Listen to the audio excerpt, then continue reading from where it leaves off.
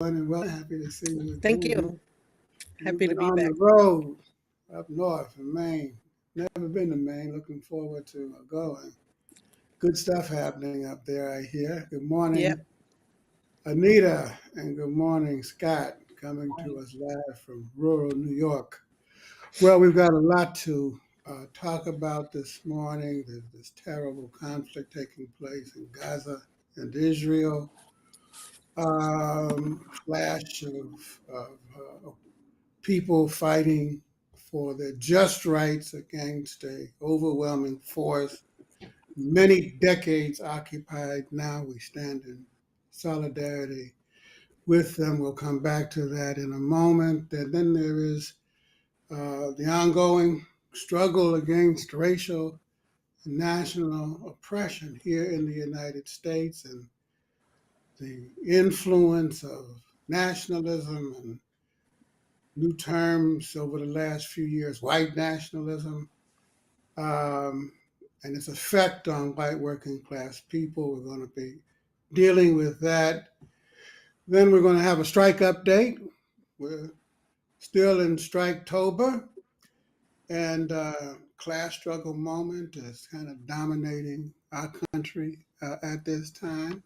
At least that's one of the aspects of this political moment. And then finally, our mailbag question. Rosanna, you weren't with us last week, but we ended the show by talking about what interesting times we're living in. Could have added interesting and at times terrible times. We woke up Saturday morning to news about a dramatic escalation in the fight in the Middle East between Israel and Hamas, between the occupation forces and the forces of the Palestinian resistance, which, by the way, is a very diverse movement, and Hamas is just one part of it. Um, since then, the casualties have been enormous, terrible.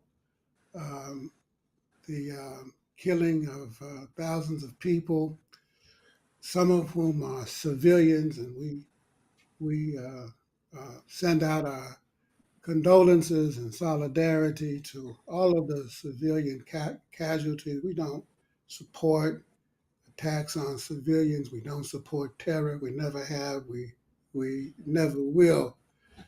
However, the main issue for us is what do we do now? Because the United States government and ruling class is one of the big supporters of the occupation and the Israeli government. Um, what is our role now, Rosanna, in your opinion? What's the main task for us as American citizens and non-citizens? I say, I say, my our main task is to build peace, to demand peace, a peace settlement. There is not going to be any.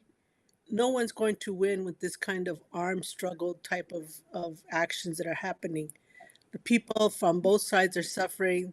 The Palestinians even more. They're being asked to move away from their homeland, and in a, you know, in a it doesn't really make any sense if you want to move, if they're asking them to move in one direction.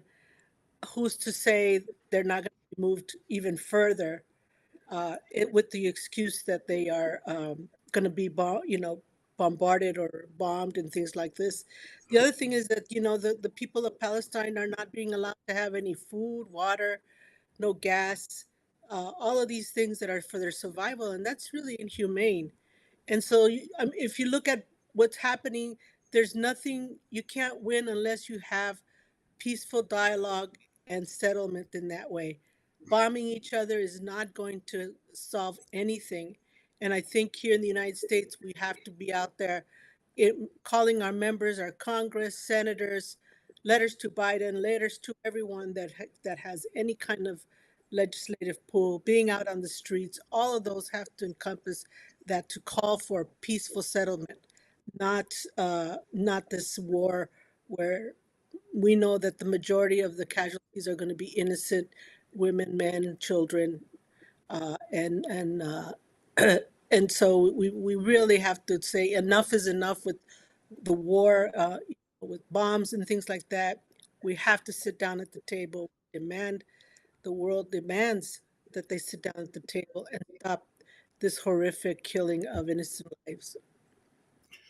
Anita, Saturday we woke up to war, and the immediate question was what to do about it and how to respond. And Sunday we issued a party statement that was from our party that was heavily drawn from the statement of the Communist Party of Israel, which is on the ground, which is a big and influential party, a dominantly Palestinian Arab party, a member of the Knesset elected by the citizens of Israel. And one of the big things about that statement that we thought was important was that the attack on Saturday was not unprovoked. That there had been issues that led up to it, and because the U.S. media kept saying this came out of nowhere, we was totally surprised. It was unprecedented and unwarranted, and the Israeli party said no, no, there's a background to this, and it's important to know the background. Um, and so that's one of the principal things that we thought we needed to do was challenge that narrative. But the statement goes on to raise a whole number of issues with regard to what's going on and what to do about it. What, in your opinion, Anita, is the main purpose of a party statement dealing with a crisis like this? What are we trying to achieve, and who are we trying to influence? That's a really good question, Joe. We are the Communist Party USA, and we have to give leadership to our party, the people in the United States who are committed to peace, world peace, and socialism, the socialist project. We have to give leadership to that group, and that party, CPUSA, doesn't purport to have influence over Benjamin Netanyahu. We want to influence the United States government and what it's doing. And I think what Rosanna said about, getting out on the street and demanding a ceasefire and demanding a political solution to this. And we can do that from the United States because the United States is a huge participant in this. We give $3.8 billion a year in military aid, as Scott has said, in military gift certificates, weapons manufacturers gift certificates to the Israelis. And yeah, there is context. I mean, that statement from the Israeli Communist Party gave us some immediate context about settlers, Jewish settlers, run amok in the West Bank, for example. And there's also, the bigger context is 56 years of occupation, and especially the kind of open air prison, as Gaza has been called. So it really is a substantial context, and the U.S. media is completely wrong by saying it came out of nowhere. Of course, it came out of what events happened before it. It's almost overdetermined that there would be this kind of violence, heartbreaking, and as it is. Overdetermined that there would be this kind of violence. And Scott, we also have to say that we stand in solidarity with the people, the working class and people of Israel, and we want to see a just solution to the crisis there, to the crisis of the denial of the Palestinian people of a homeland, and that means their right to have their own self-government and state, and can't deny a people their right to determine their own destiny and expect things to go on and for them to accept their oppression. Scott, you noted that there's been a change in the flow of information and the emphasis put in the U.S. press recently. I was interested to hear that because for the last several days it's just been one-sided in the coverage, and that side, took uncritically the side of the Netanyahu government and blaming everything on the other side. What's changed in your opinion? Well, that's a really good question. I think first of all, just you know the magnitude of the humanitarian crisis is is kind of inescapable, right? So Israel has demanded that 1.1 million people um, evacuate the north of the Gaza Strip, which is already one of the most densely populated places on Earth, a place with already no, hospitals have been bombed. There's no equipment. There's no supplies. Trying to accomplish an evacuation like that, the UN has condemned it and has asked Israel to call off that demand for evacuation. Um, so there's something there. What seems to have happened in the reporting is that a new level of nuance has been introduced. Originally, it was Israel versus barbarism, Israel versus the evil, as Joe Biden said, um, utter evil of Hamas, and a failure to sort of recognize the existence even of the Palestinians as a people with, a right to self-determination.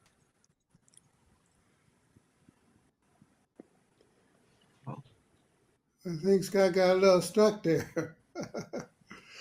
That's all right. He'll come back. He'll come back to us in a moment. While he's working out those problems, we want to emphasize once again that the only solution to this crisis is the first step is a ceasefire. Secondly, the humanitarian crisis has to be addressed. Thirdly, it's hugely important for us to put pressure on our government. Our role is not to determine how the Palestinians fight their fight. They do that. That's their choice. And I'm sure that there are many different opinions in that movement about how to move forward, but they're united in their opposition to the occupation. You have different forces in Palestine. You have Hamas, you have the PLO, you have the Communist Party of Palestine, you have the People's Party of Palestine. The latter two our fraternal parties, many other movements, and both secular and religious. But our role is to bring pressure to bear and to move the democratic and peace movement in these United States to call on the Biden administration to stop its military support to that Israeli right wing. Even the Israeli party described it as fascist. For the first time, I saw that fascist regime of Netanyahu. And call your senator, take a stand, and let me say one more thing before we move the agenda. I've been saying to comrades over the last couple of days that it seems to me that this is a 9/11 like moment. There's a lot of grief, there's a lot of anger, there's a lot of confusion about what is taking place, uh, righteous indignation about what is taking place, fear. And in a moment like this, it's kind of difficult to get the traction. So we need to take our time, uh, take principled stances, but at the same time, be able to take a moment and let the smoke clear a little bit so that we can begin to gather together the working class peace and democratic forces to do the right thing, take positions that will help the people of Palestine, help end the conflict, bring about a ceasefire, and move the whole process forward. That's our principal role. Folks, let's move the agenda. You know, one of the Scott, you're back with us. Apologies. Not sure what happened there. It's okay. We know that even we can't see you physically, we know that you're always with us in spirit. One of the things that's clear in Palestine and Israel is in this conflict is what is an ultimate solution to the national question there? You know, there is national hatreds, there's racism, there is anti-Semitism, there's Islamophobia, all of these different peoples, different things at work. And that's also true in the United States. You know, in our struggle, the national question, big issue. The fight against racism, big issue. Fight against anti-Semitism, huge issue. Fight against anti-immigrant hatred, anti-Mexican American, anti-Puerto Rican, Latino hatred, all of anti-Asian. All of this is taking place, and we've seen a huge growth of all of these tendencies in the United States in the last period. And clearly Trump and MAGA have been a big part of it. In a recent article, Scott, since you got cut off last time from making your point, a recent article has said that Trump is distorting white working class values. That's very true. For you, huh? That's absolutely true. Trump and the sort of fascist element in the Republican Party has this policy of pandering to working class voters, especially white working class voters, and I would say even more particularly white working class men, and trying to present himself as some sort of a savior. And it gets, you know, I saw one writer sum it up as the Republicans have distorted the definition of the working class so much that someone like AOC, who, you know, worked as a bartender, is presented as an out-of-touch elite, and a billionaire who literally has a golden toilet in his private plane is presented as a hero of the working class. So there is a severe distortion there. Anita, I was going to ask Scott, they say Trump is distorting white working class values, but I was going to ask, is there such a thing as white working class values, separate and distinct from the values of our multiracial, multinational, male-female working class as a whole, in your opinion? I think you're getting at something, Joe, and that is this article talked about the white working class as if there is such a thing. There are white working class people, and they may not be as awakened as Black members of the working class these days. But as far as working class values are concerned, actually, I did I helped with a seminar on working class culture the other day for the National Marxist School. And I'm sorry I didn't have this article in front of me because I thought his paragraph about working class values was interesting, for instance, directness. But he recognizes in the course of this article that anytime you have a value like directness or honesty, it could slide into its evil twin, which was, just cruelty, and directness becomes cruelty. And that's what he says, has happened with people like Josh Hawley and Ted Cruz, and all led by Donald Trump. So we have one working class, and they're trying to split it in a way that pits one against the other. And I do think that Black working class people are more plugged in or more cognizant of what's going on in our political economy than many white working class people are. But that's not a difference in values. That's just a difference in understanding. Rosanna, is the issue white working class values, or is it rather the imposition of bourgeois capitalist values on the working class, in your opinion? In my opinion, I think it's all ridiculous. If you're a worker, you have certain values based on your experience as a worker, and period. It doesn't matter your nationality. You have other values based on how you were raised, what your culture is like. Those are things.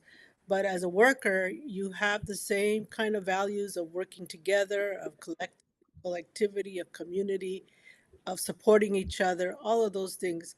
And I think this whole idea about separating the white working class with multiracial working class, or Latino working class, or Black working class, or whatever, it, it's just an attempt to divide us once again, and we can't fall prey to all of those types of divisions. It's important for us to be proud of our heritage, uh, and everything, but it's also even more important in this struggle, in this battle to survive, to understand that we're in this all together, regardless of what our nationality is. And to not allow anybody to divide us in that way. Um, that's what I think. I hear your sentiment, and it does have a whole heap of malarkey. I think that's a word that comes from what people? The Italian? Is that what? No, Irish. Irish. Irish. It has it's a lot of malarkey in a large degree.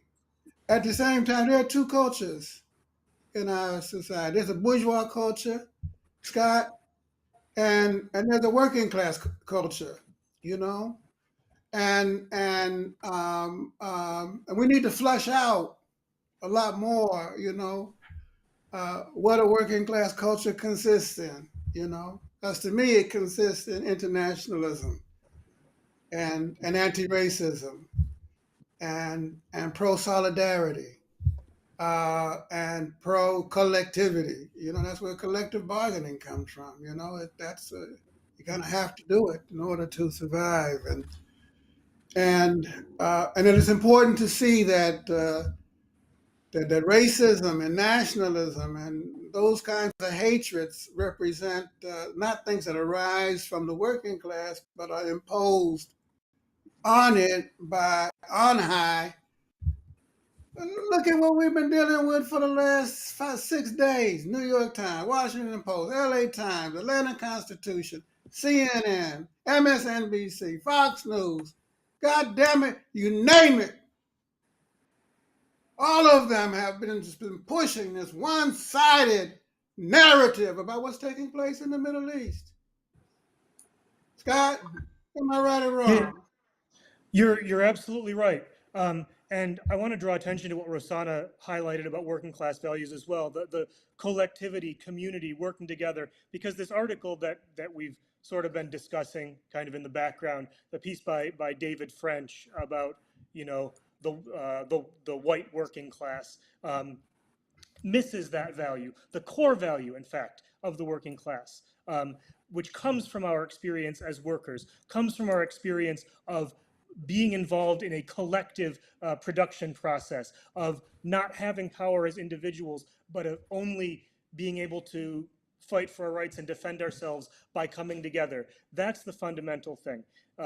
That's why Lenin said that only the working class can carry the fight for democracy all the way to the end, right? The working class is the only class that has that doesn't win from inequality, that has nothing to gain from putting one person above another, right? That those values of democracy, equality, collectivity, those are the core of what the working class is and why the working class has a special role in carrying kind of the banner of progress. And yeah, the use of,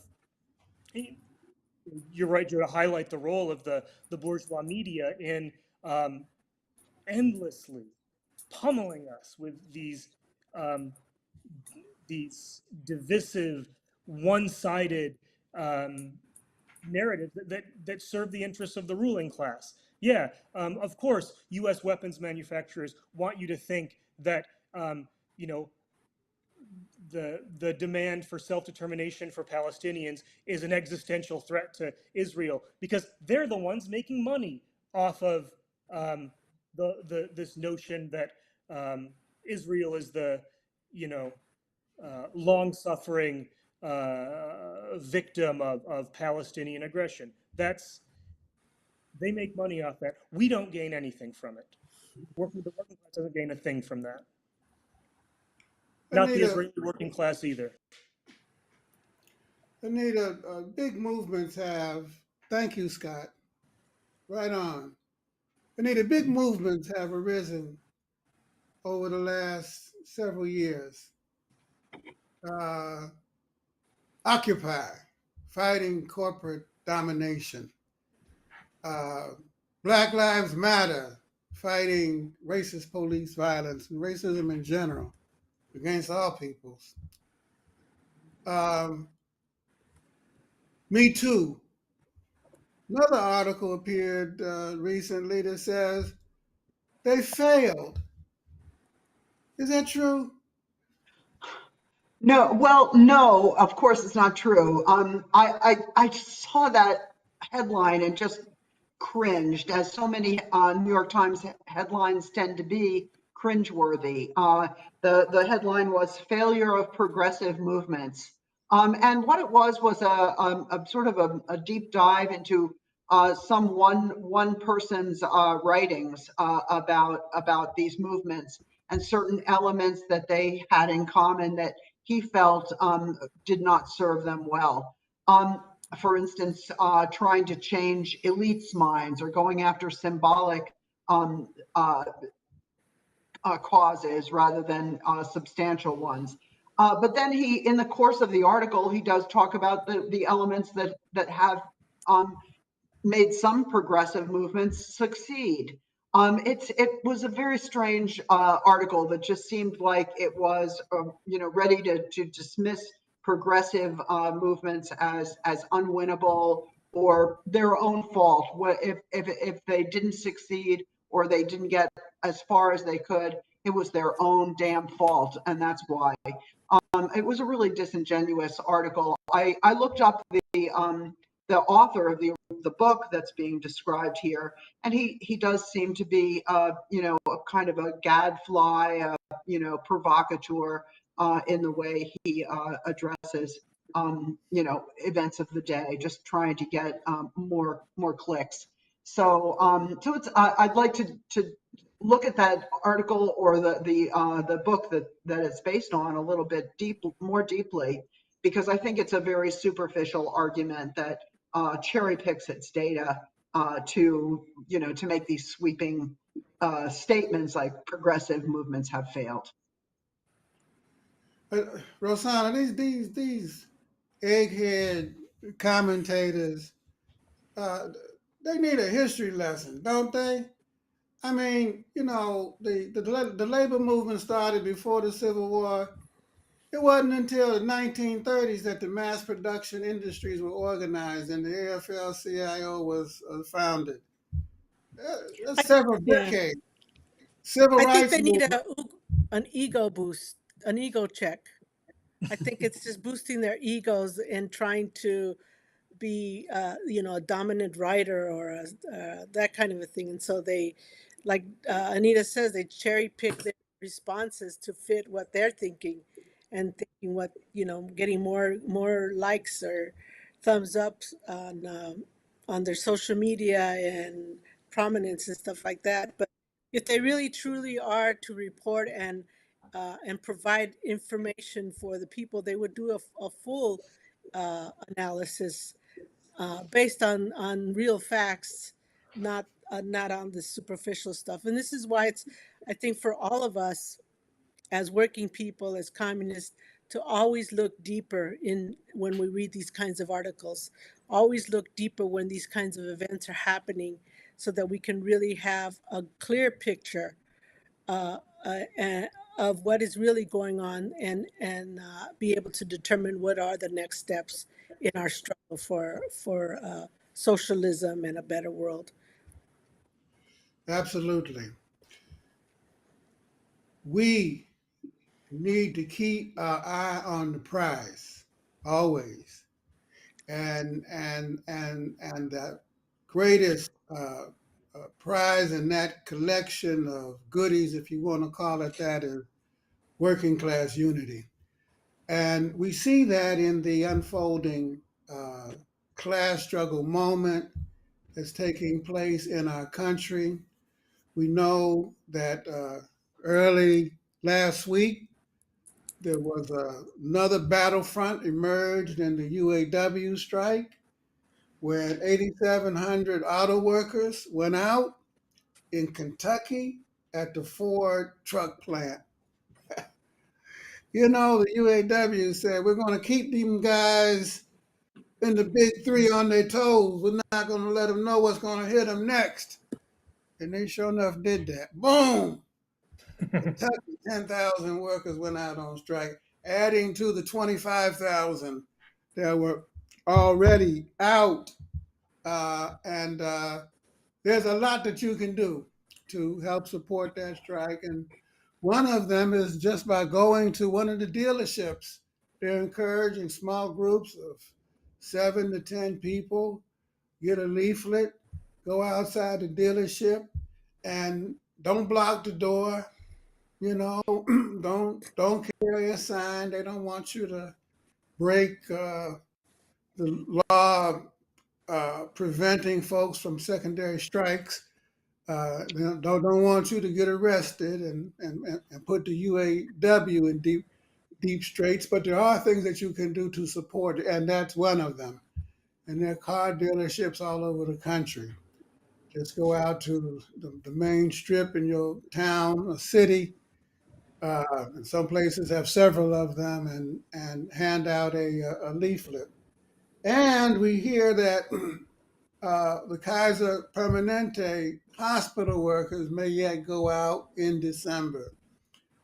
We also hear that the actors are getting a hard time by the studios, and that the studios are employing bully tactics. And so, if you can go out and support one of their picket lines, we certainly encourage you to do that. Let's deal with our mailbag question this week, if we might. Um, I want to join the party, but I hear it's illegal to be a member. Is that true, Scott? No, or yes, maybe. No. So there is a law stating that it's illegal to be a member of the Communist Party, but that law has never been able to be enforced. The Supreme Court has found it unenforceable. Functionally speaking, it is not illegal to be a member of the Communist Party, and in fact, part of our struggle, not the major part, but part of our struggle is defending our legality, fighting for our right to be a legitimate political party, recognized as a legitimate political party of the working class, supporting the values and the rights of the working class in the same way that other parties will support the rights of the capitalist class.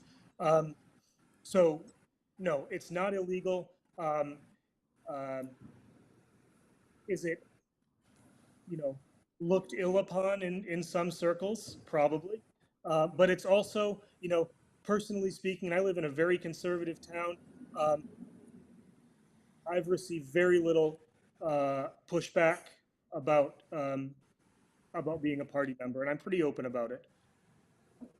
Anita, you're a leader of a party in a pink state, I guess. And Yeah.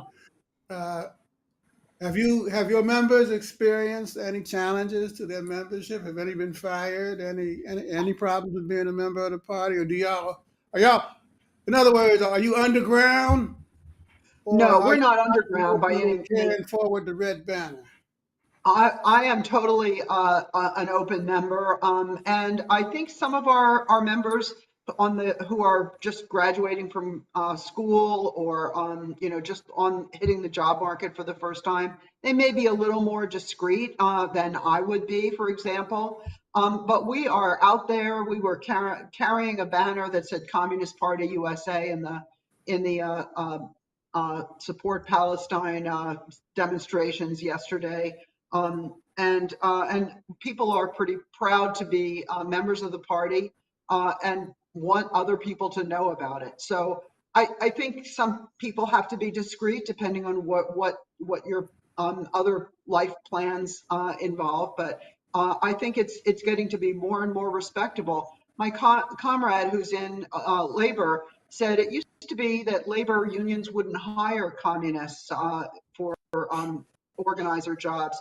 Now they're seeking out communists because they know they're good organizers and ideologically committed to the trade union movement. So I think things are really changing for the better, as far as being an open member of the party. Rosanna, what's your experience? You were just in Maine talking with party leaders and trade union leaders and other forces. And you were Oh, running around the country. yeah, I mean, I totally agree. Comrades in Maine are part of the labor councils there.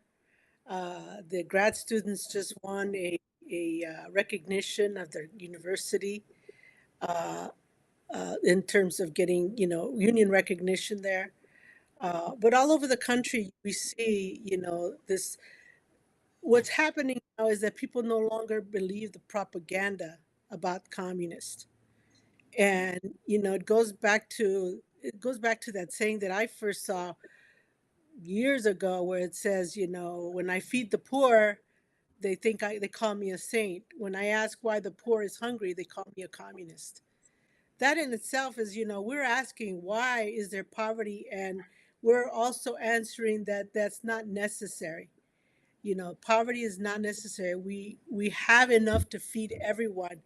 It's just that the priorities are wrong, and it's not a scarcity. It's of resources and things like that. We have it, but it's just that we have to unite and demand that these resources be used to feed all the people of the world, not just the few.